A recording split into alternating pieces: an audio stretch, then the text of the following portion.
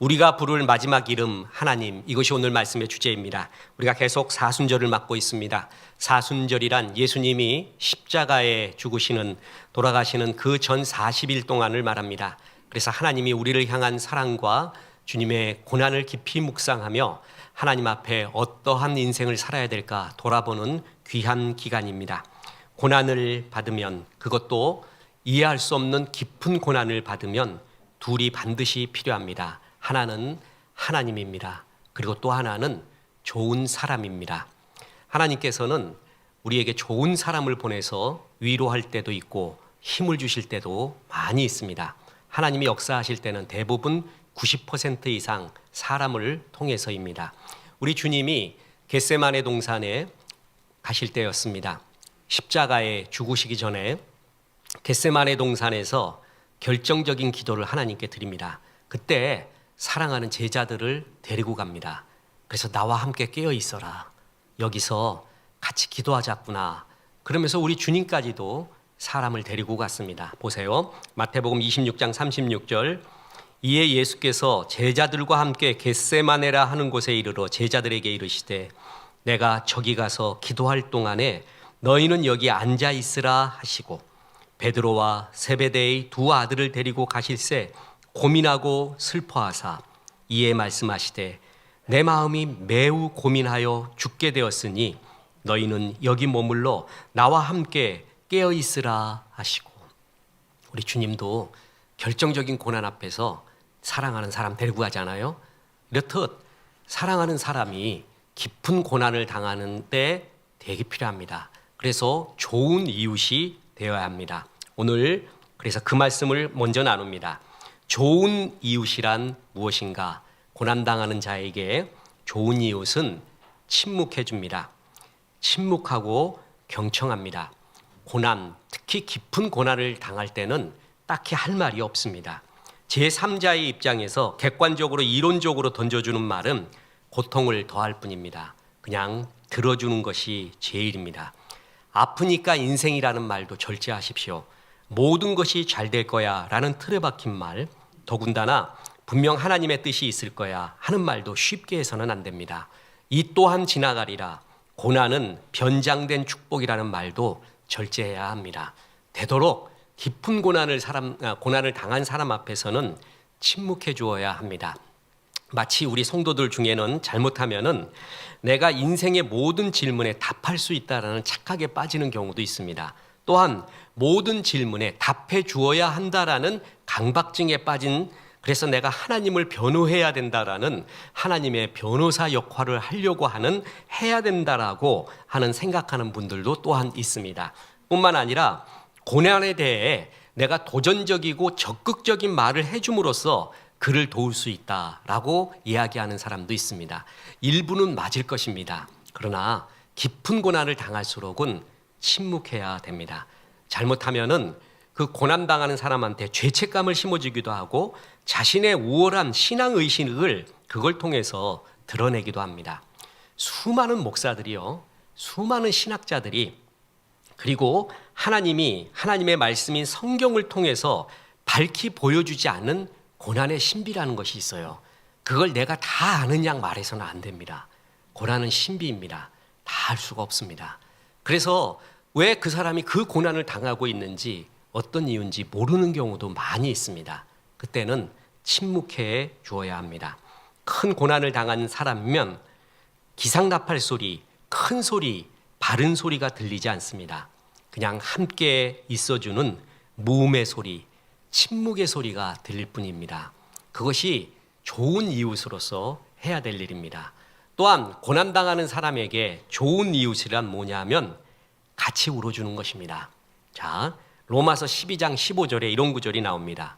우는 자들로 우는 자들과 함께 울라. 비를 맞고 가는 사람을 멀찍이 서서 그림을 보듯 풍경을 보듯 바라보기만 하는 사람이 있습니다. 또 어떤 사람은 멀찍이 서서 비 맞지 마세요, 비옷을 입던가 우산 쓰세요 하는 사람이 있습니다. 비 맞으면 감기 걸려요 이런 말 해주는 사람도 있습니다. 반면에 비 맞는 사람한테 우산을 건네주는 사람이 있습니다. 참 고마운 사람입니다. 그리고 더 고마운 사람은 우산을 받쳐주면서 같이 걸어가는 사람입니다. 아무 말 없어도 그 고난을 같이 울어주며 걸어가는 사람, 이런 사람이 정말 고마운 사람입니다. 처음 신앙생활을 할 때는, 그리고 아직 신앙이 어릴 때는 대부분 자신의 일 때문에 웁니다. 억울해서 울고, 서러워서 울고, 실패해서 울고, 초라해서 울고, 대부분 자기 일 때문이에요. 근데 성숙하면은 하나님 때문에 울고, 불쌍한 영혼 때문에 울고, 이 나라의 아픔을 보고 울게 됩니다. 그때부터 성숙하게 되는 것입니다. 계속 간증을 했었지만 저는 처음 목회를 하면서 선한 목자가 되겠다고 이야기했습니다. 그 한마디를 했는데 20여 년이 더 지났습니다. 그런데 저는 아직도 선한 목자가 뭔지를 잘 모르겠습니다. 선한 목자라는 말을 한 번도 잊은 적은 없습니다. 그리고 하나님 앞에 무엇이 선한 목자입니까? 하고 계속 물어보는 것도 사실이었습니다. 그런데 잘 모르겠었습니다. 내가 사꾼은 아닌가? 밥벌이 수단으로 목사하는 것은 아닌가? 적당히 포장해서 하는 것은 아닌가? 하는 질문도 늘 하곤 했습니다.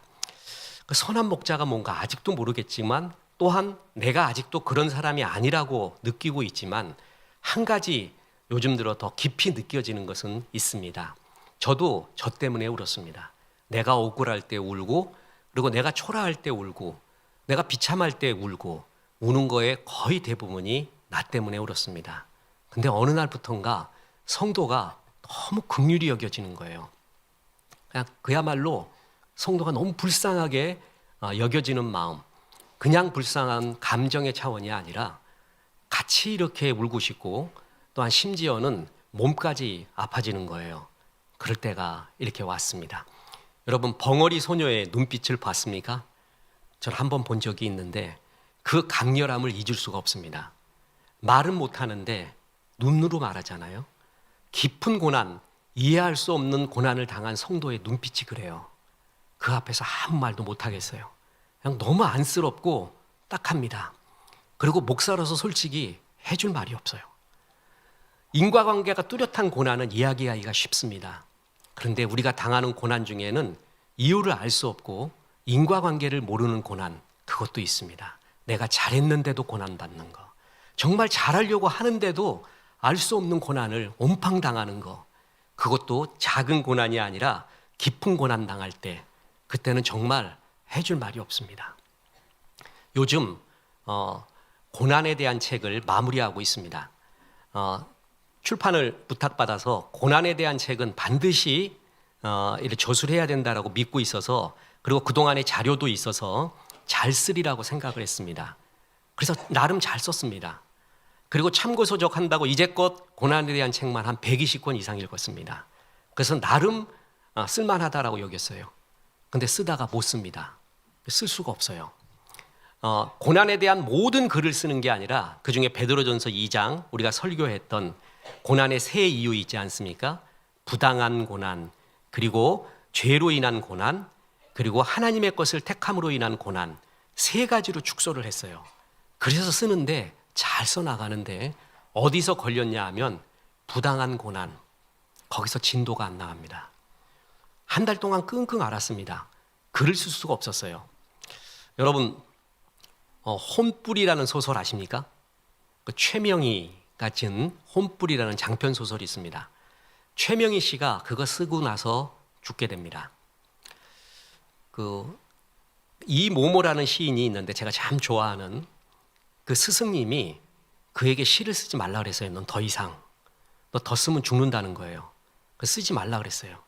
그래서 이분이 지금 몇 년 동안 안 쓰고 있습니다. 그분 글 읽다 보면 죽을 수도 있겠다 이런 생각이 들 정도가 돼요. 그냥 글을 쓰는 게 아니라 혼을 다 담은 거죠. 그러니까 진짜 멋으로 쓰는 게 아니었어요. 저는 글 예를 들어서 어떤 주제가 떨어지잖아요. 그럼 그동안 모은 자료가 있지 않습니까? 맨날 읽는 게 책인데 그 어마어마한 자료를 가지고 뽑으면서 쓰고 어떻게 쓴다라는 그 포맷이, 글 쓰는 법이 나름 정리가 돼 있었어요. 그래서 다 쓸 수 있다고 생각했어요. 근데 고난을 못 쓰겠어요. 특히 부당한 고난 부분에 가서는 진도가 안 나가요. 못 쓰겠어요. 쓸 글이 없어요. 딱히 해줄 말이 없어요. 이 고난을 어떻게 극복하라는 말이 나오지를 않아요. 그래서 굉장히 고생을 했습니다. 지금도 하고 있고 3월 말까지 다 내야 되는데 다 완성이 됐지만 만족이 안 되고, 특히 마지막 부분 할 때는 1달 반 동안 앉아 있었어요. 글만 쓰느라고. 그래갖고 탁구도 한 번도 못 쳤습니다. 그래서 우리 집사람의 표현에 의하면 살이 충만하고 있대요. 제가 봐도 살이 충만해지고 있습니다. 그냥 먹기만 하고 운동도 1달 반 동안 아무것도 못하고, 그러다가 일어나니까 허리가 또 나가고, 그래서 내 고생하고, 이게 진짜 내가 온팡 이게 글 쓰는 거구나, 이런 게 글 쓰는 거구나. 고난에 대한, 부당한 고난, 이해할 수 없는 고난에 대한 글을 쓰면서 그 안으로 들어가니까 못 쓰겠어요. 내 생각도 나고 이 고난을 당한 성도님 생각이 나요. 그리고 모든 글은 이야기고 그것은 자기의 체험을 써야 되잖아요. 우리 성도님의 이야기를 거기다 쓸 수가 없습니다. 그래서 거기다가도 썼어요. 네, 성도님의 이야기는 못 쓰겠다. 왜냐하면 만약에 그분이 이걸 읽고 옛날에 아픔이 떠오른다던가 힘들어지면 어떡하는가, 글보다 중요한 거는 양들이다, 그거 못 쓴다. 그러면서 대신 끌어들이고 감정이입을 한 게 C.S. 루이스와 박완선님이었습니다. 월터 트로프까지 그 사람들을 끌어들여서 거기에 감정이입해서 부당한 고난을 당하고 있는 사람들의 괴로움, 그가 하나님 앞에 철저하게 부르짖음, 이런 것들에 대해서요 쓰다가도 참 힘들어요. 내가 옛날에 욥기 THM 논문 쓸 때가 또 생각이 났어요. 한 글자 한 글자가 눈물이었습니다. 그만큼 이 세상에 이런 고난당하는 우리 성도님들이 생각이 나고, 그래서 그 아픔에 그냥 이렇게 계속 젖어 들어가요. 젖어 들어가서 좋은 걸 먹어도 그렇고 몇 끼 먹었는지도 모르겠어. 그러니까 살충만 하는 것 같아요. 그냥 먹고 운동도 안 하고 글 쓰고 이렇게 앉아 있고, 그리고 그런 성도님들이 자꾸 생각이 나고 너무 안쓰럽고 긍휼히 여겨지고, 목자가 이런 심정이 있어야 목자겠구나라는 거 하나는 배우게 됩니다. 그러면서 글을 못 쓰겠다 그러면서 앉아 있었습니다. 이런 부당한 고난을 당하는 성도님에게 줄 수 있는 최고는 같이 울어주는 거구나. 목사도 능력이 없구나, 이렇게 생각이 듭니다. 같이 울어줄 수 있는 마음이 있는가? 종소리가, 그 종소리를 깊게 하는 것은 그 밑에 놓아둔 큰 빈 항아리가 같이 울어주기 때문에 그렇습니다. 그리고 종소리가 울려 나갈 때 옆에 있었던 바람이, 그리고 나무가, 풀들이 같이 울어주기 때문에 그 종소리가 들려지는 것입니다. 내게 정말 메마른 바리새인의 마음이 있다면 성도들에게, 우리에게 다만 그것을 기도해야 됩니다. 하나님, 내게 정말 하나님이 주시는 애통의 마음, 공감의 마음, 긍휼의 마음을 주옵소서.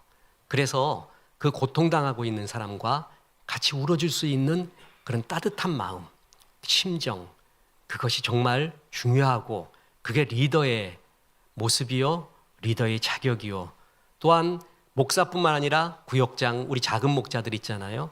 목자의 심정이, 선한 목자가 그런 마음을 품어야 된다라고 느껴집니다. 고난당할 때는 좋은 이웃이 필요합니다. 그 좋은 이웃은 침묵해주고 들어줍니다.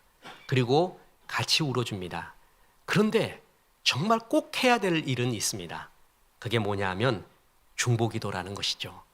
이것이 고난당하는 이웃에게 제일 좋은 선물이요, 은혜입니다. 그래서 야고보서 5장 13절부터 이런 구절이 나옵니다. 너희 중에 고난당하는 자가 있느냐? 그는 기도할 것이요. 즐거워하는 자가 있느냐? 그는 찬송할지니라. 너희 중에 병든 자가 있느냐? 그는 교회의 장로들을 청할 것이요. 그들은 주의 이름으로 기름을 바르며 그를 위하여 기도할지니라. 믿음의 기도는 병든 자를 구원하리니 주께서 그를 일으키시리라. 혹시 죄를 범하였을지라도 사하심을 받으리라. 그러므로 너희 죄를 서로 고백하며 병이 낫기를 위하여 서로 기도하라. 의인의 간구는 역사하는 힘이 큼이니라. 이게 인본주의자들이 모르는 겁니다. 인본주의자들이 고난당하는 이웃에게 뭐 하냐 그러면 이런 말이에요. 침묵하라, 들어줘라. 같이 울어줘라. 이런 말은 성경의 원리이자 인본주의자의 원리이기도 합니다.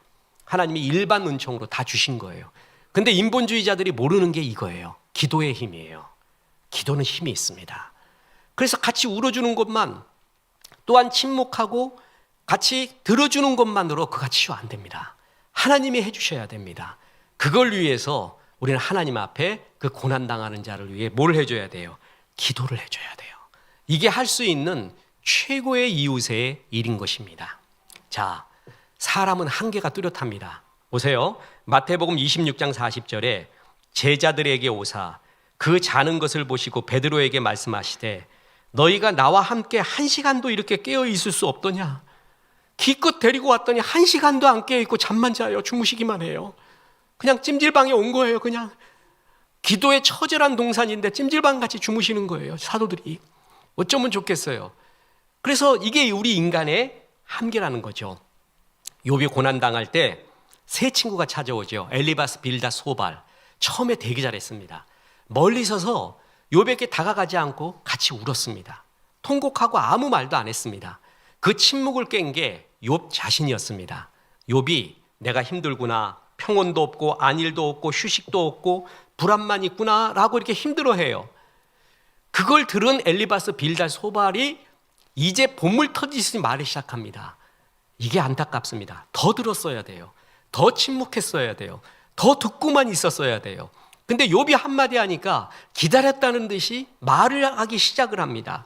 그런데 저는 욥기를 보면서 욥이 얼마나 가슴 아팠던가 그런 말들에 인간의 한계에 저는 참 좋은 구절이 있어요.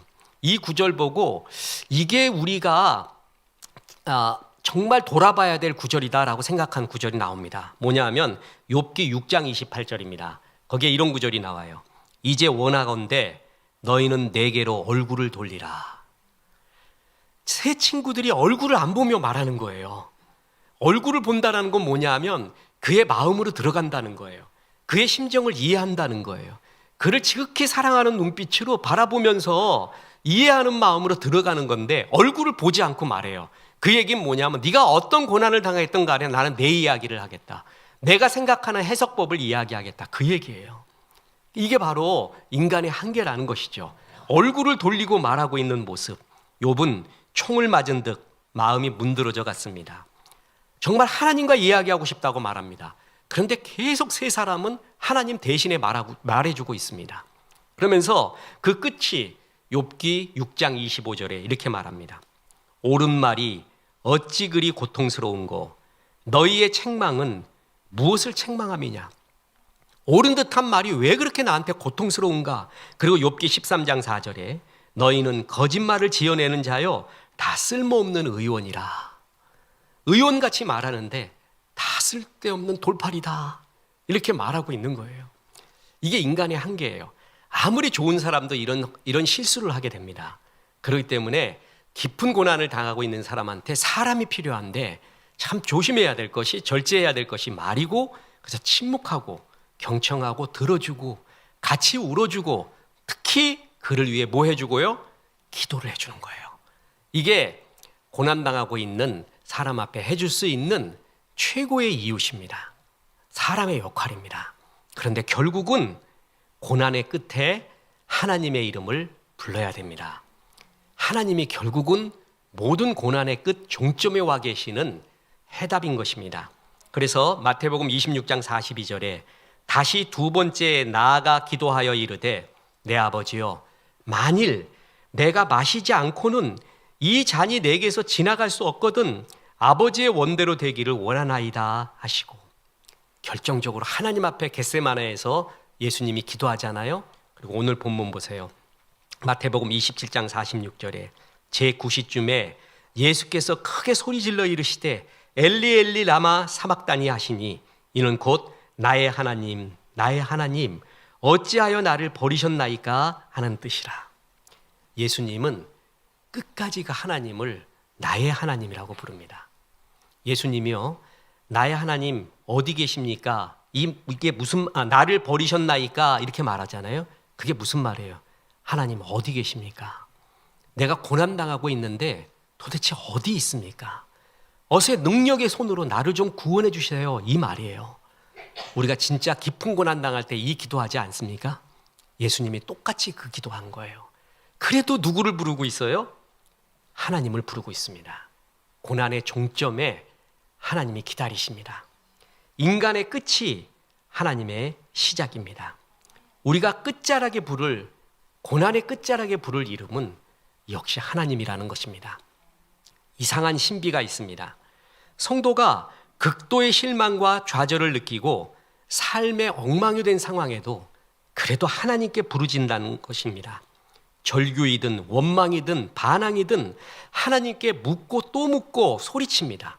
기도가 원망이 되고 원망이 저주가 되고 저주하다 못해 쓰러져도 죽을 것 같은 그 순간을 견뎌내고 마지막 부르고 계속 부르고 있는 이름이 바로 하나님이라는 거죠. 성도님들에게 많이 선물해 주는 A.W. 토조 목사님의 글이 있습니다. 그 글 중에 하나님을 추구함이라는 책 많이 선물 받았을 것입니다. 그 주제가 뭐냐면 하나님을 추구하는 것이 어떤 경우에도 성도들이 해야 할 일이라는 거예요. 하나님의 섭리는 다 할 수 없대요. 그런데 하나님을 추구할 뿐이래요. 처음에도 중간에도 마지막에도 우리가 추구하며 부를 이름이 하나님밖에 없다는 거예요. 그게 하나님을 추구함의 전체의 주제입니다. 우리는 주의 이름을 불러야 되는 거예요. 필립 얀시, 좋은 책 많이 쓴 영성학자잖아요. 그분이 쓴 글 중에 하나님, 당신께 실망했습니다 라는 책이 있습니다. 거기에 답할 수 없는 질문을 던져요. 신정론인데요. 부당하게 의인들이 고난당하고 악인이 형통하는 이른바 신정론의 깊은 질문 3가지를 던집니다. 하나님, 정말로 공평하십니까? 하나님은 왜 침묵하고 계십니까? 하나님은 왜 숨어 계십니까? 아무도 답할 수 없는 질문, 물론 답하지 못합니다. 그런데도 하나님을 찾고 있어요. 그러면서 나는 이 책에서 정말 은혜 받은 구절이 있어요. 이 문장 하나 위에서 하나님이 이 책을 보게 했구나라는 걸 알았습니다. 진짜 무신론자는 하나님에 대한 실망도 느끼지 않는다. 기대가 없으니 받는 것도 없다. 하나님께 실망하는 건 무신론자가 실망하는 게 아니래요. 진짜 하나님께 실망했습니다라고 부르짖는 거는 예수 잘 믿는 성도들이 그렇다는 거예요. 왜냐하면 하나님이 전부였어요. 모든 것이었어요. 기대하는 것도 많았어요. 그런데 나한테 이런 일이 일어났다. 그러니까 바로 하나님께 이야기해요. 무신론자는 그러지 않는다는 거예요. 내가 하나님께 울부짖는 이유가 하나님의 성도 자녀이기 때문에 그렇다는 거예요. 그래서 우리는 끝까지 부를 이름은 하나님밖에 없습니다.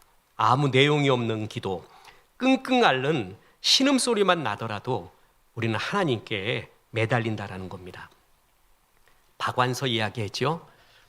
남편이 병으로 죽습니다.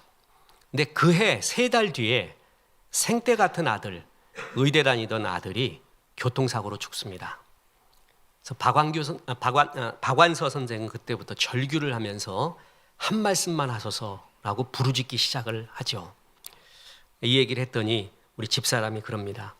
얼마나 슬펐겠니? 그래서 그렇지. 우리가 그거 이해한다는 것은 거짓말일 거야. 남편이야 뭐 나이 들어서 그렇게 간다고 해도 생떼 같은 아들이 죽었으니 얼마나 슬펐을까. 내가 그 얘기를 듣는 순간에 나는 남편이 너무 불쌍했거든요. 일단 응? 여자들의 모든 마음이 이럴까. 응? 남편이 나이 들어 죽어가니까 어쩔 수 없지만 새끼 죽는 것은 굉장히 착각하죠. 새끼도 다 자기 짝 찾아가면은 거기서 사는 거예요. 막판에 남는 거는 남편하고 아내밖에 없어요. 둘 중에 하나 분명히 아프거든요. 그러면 서로 하나가 돌봐주고 또 하나가 보호받고 마지막까지 남은 건 아내하고 남편밖에 없잖아요. 그러니까 그 아내가 남편이 죽었대요. 그리고 아들이 죽었대요. 그래서 절규하죠. 그 책 보면은요. 금지서적하고 싶어요. 왜냐하면 아무 필터 없이 하나님께 모든 말을 해요. 근데 나는 이제껏 어떤 고난에 대한 책보다 C.S. 루이스의 헤아려 본 슬픔 그리고 박완서의 한 말씀만 하소서 120권의 고난에 대한 책 중에 제일 은혜 받은 책이 2책입니다. 필터 없이 말해요. 다 하나님 앞에. 근데 불경건해서 못 들을 정도예요. 차마 그 입에 담을 수 없는 불경건한 말을 다 던져요. 그리고 나서 박완서님이 한참 지났습니다. 그리고 이런 말합니다. 그분조차 안 계셨더라면 나는 어떻게 되었을까? 가끔 생각해 봅니다만 살긴 살았겠죠. 사람 목숨이란 참으로 모진 거니까요. 그러나 지금보다 훨씬 더 불쌍하게 살았으리라는 것만은 환히 보이는 듯합니다. 그분마저 안 계셨으면. 참 이 구절이 좋아요. 살긴 산대요. 사람 아무리 상처 있어도 살긴 살아요.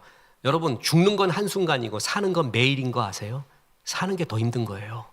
매일 살아가요. 어떻게든 살아가요. 어떤 퀄리티든 간에.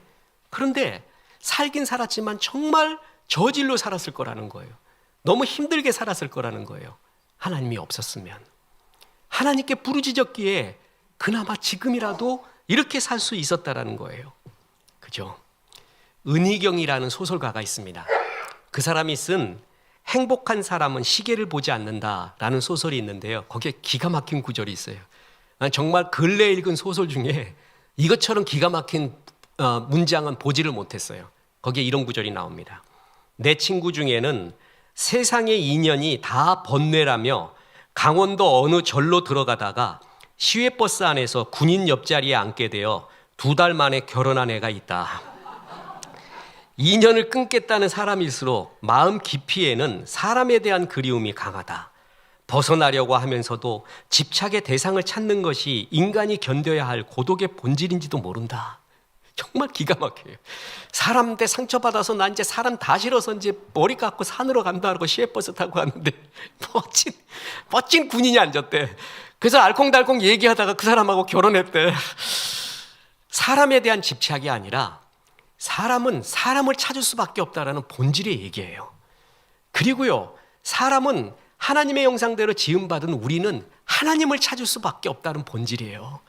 이해가 안 되더라도, 도저히 생각이 안 들더라도 결국 우리 성도들이 부르짖는 건 하나님께 부르짖는 거예요. 고난의 끝에 우리의 부르짖을 수 있는 이름, 그게 뭐냐면 하나님이에요. 주님이 이렇게 약속합니다. 누구든지 주의 이름을 부르는 자는 구원을 얻으리라. 전 그걸 믿습니다. 그래서 우리는 고난의 끝에 결국 하나님의 이름을 부르고 그 하나님을 찾으면서 아직도 이해할 수 없고, 그리고 고난이, 아픔은 극복되는 게 아니에요. 견디는 거예요. 견뎌가는데 하나님의 은혜는 다시 살아갈 힘을 주시는 거예요. 그게 제로가 된다? 저는 거짓말이라고 봅니다. 제로 될 수 없어요. 그러나 견뎌갈 수 있는 힘을, 하나님이 새 힘을, 살아갈 수 있는 힘을 주시는 것이죠. 그래서 살아가는 거죠. 그리고 그 질문의 답은 하늘나라 가서밖에 알 수가 없습니다. 여기서 알 수 없는 부당한 고난, 그 끝에 좋은 이웃들이 역할을 해줘야 됩니다. 침묵해주고요, 같이 들어주고요, 같이 울어주고요, 그리고 기도해 주는 겁니다. 그가 하나님의 이름을 부르는 것을 때로 불경건하더라도 다 들어줘야 됩니다. 그리고 그가 주의 이름을 부르면서 승리할 수 있도록, 결국 하나님 앞에 설 수 있도록 기도해 주는 것, 그게 깊은 고난 당하는 사람이 하나님의 이름 부르는 승리의 길, 그리고 사람이 좋은 이웃이 해야 될 일입니다. 그리고 두 번째이자 결론이 있습니다. 삶의 끝에도 하나님의 이름을 부르라는 것입니다. 고난의 끝에도 하나님이 계시고요, 삶의 끝에도 하나님이 있습니다.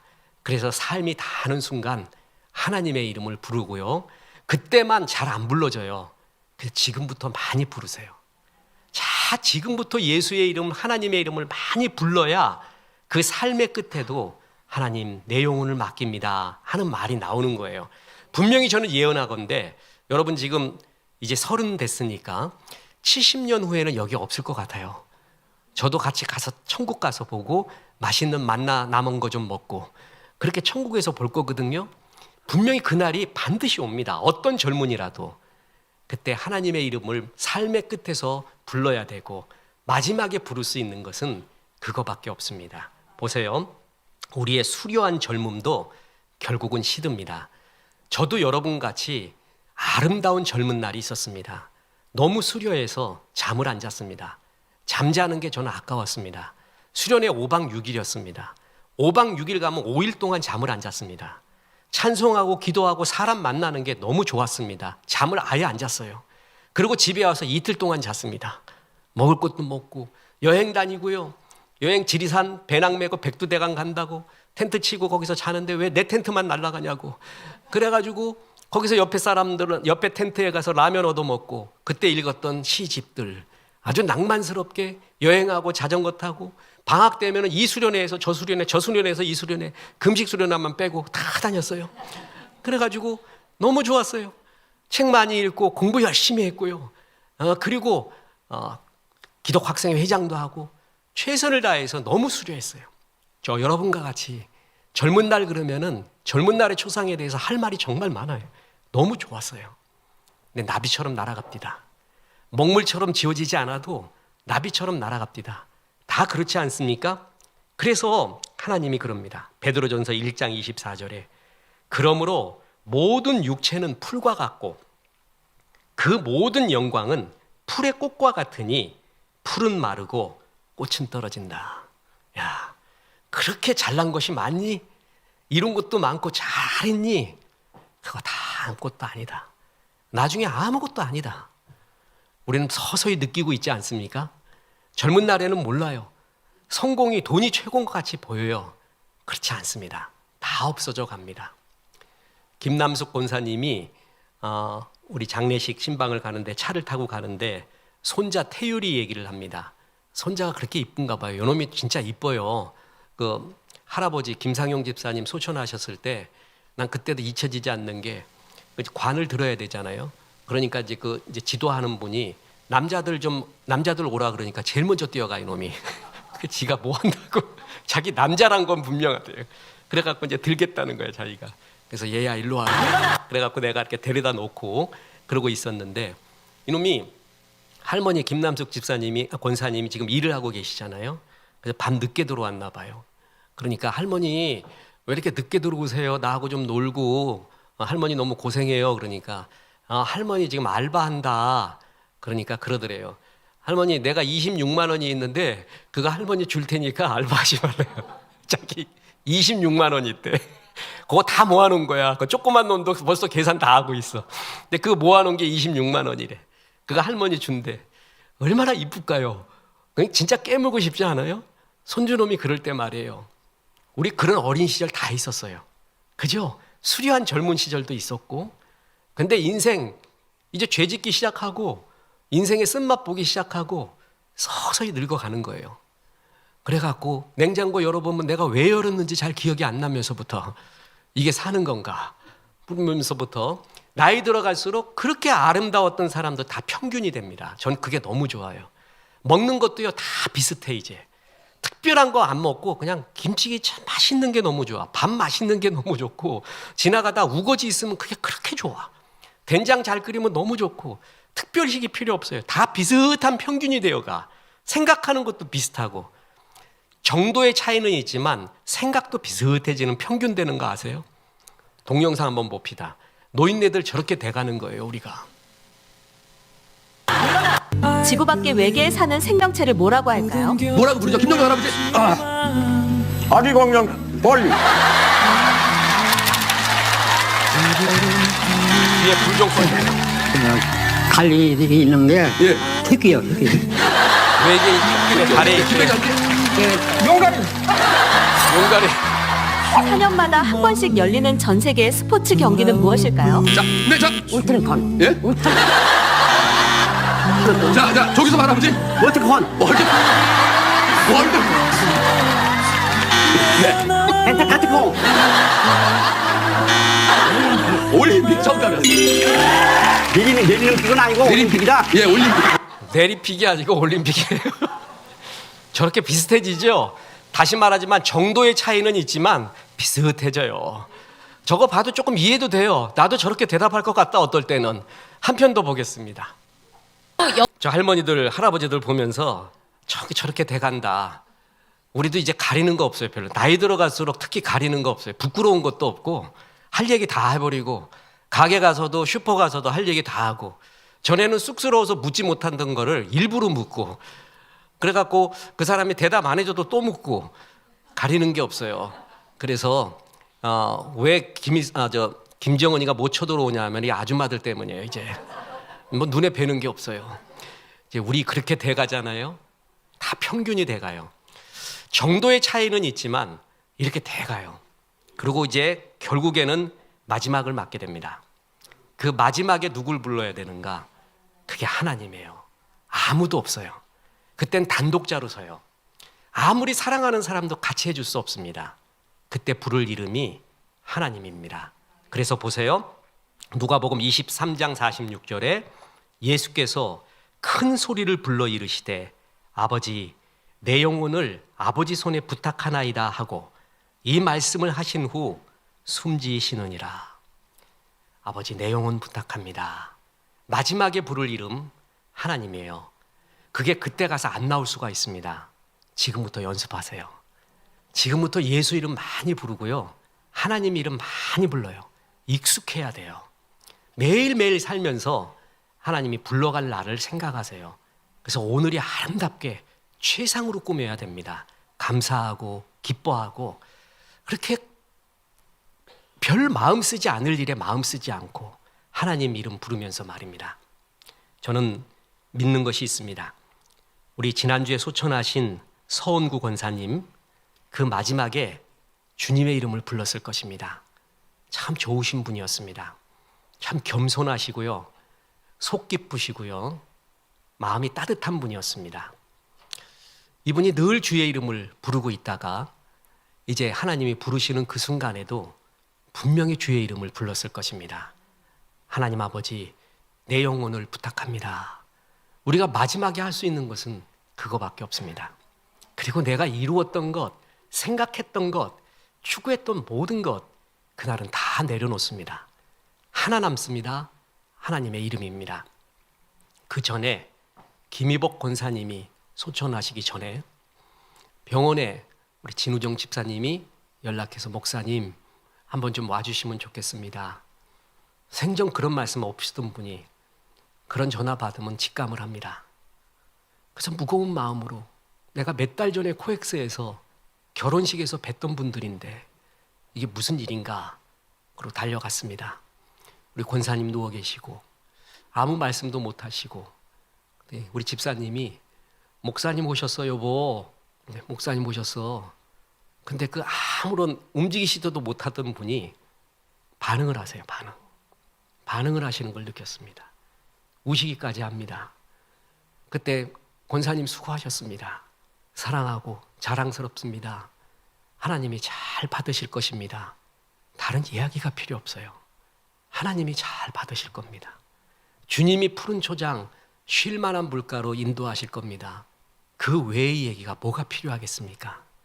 마지막에 부를 이름, 그것도 하나님입니다. 우리 성구 권사님도 마지막에 하나님의 이름을 부르셨을 것이고 또 불렀고 지금 우리와 같이 예배하면서 하나님 품에 계실 것입니다. 고난의 끝에 불러야 될 이름 하나님입니다. 우리 삶의 끝에 부를 이름 하나님입니다. 그것을 지금 많이 부르십시오. 주의 이름을 부르는 자는 구원을 얻습니다. 하나님의 이름 부르는 것을 하나님이 그렇게 좋아합니다. 자녀가 아빠라고 엄마라고 최고라고 말할 때의 그 부모의 기쁨, 그와 똑같이 우리는 하나님의 이름을 부를 때, 우리 하나님 최고라고 말할 때, 우리 아버지께 모든 걸 맡긴다고 말할 때 그렇게 좋아하십니다. 고난의 끝에, 삶의 끝에 하나님의 이름을 부르십시오. 그래서 하나님이 기뻐하시는 종으로 잘 살아가시고 부르시는 그날까지 주의 이름 부르며 영광스럽고 은혜스럽게 사시기를 주 예수의 이름으로 축원합니다. 우리 하나님 말씀 생각하며 찬송합니다. 나의 힘이 되신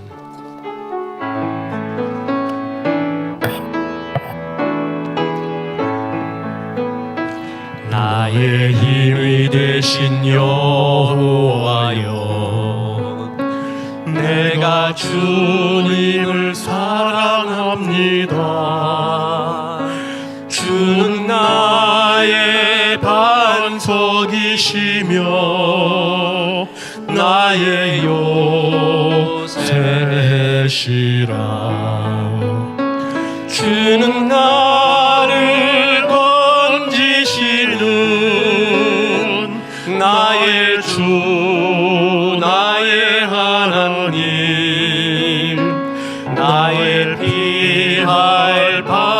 다윗이요 나의 방패시라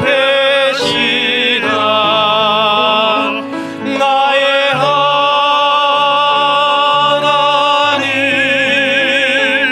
나의 하나님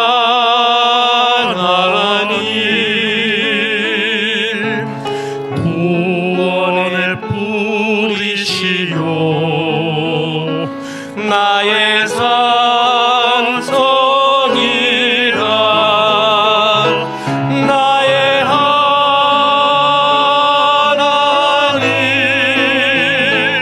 나의 하나님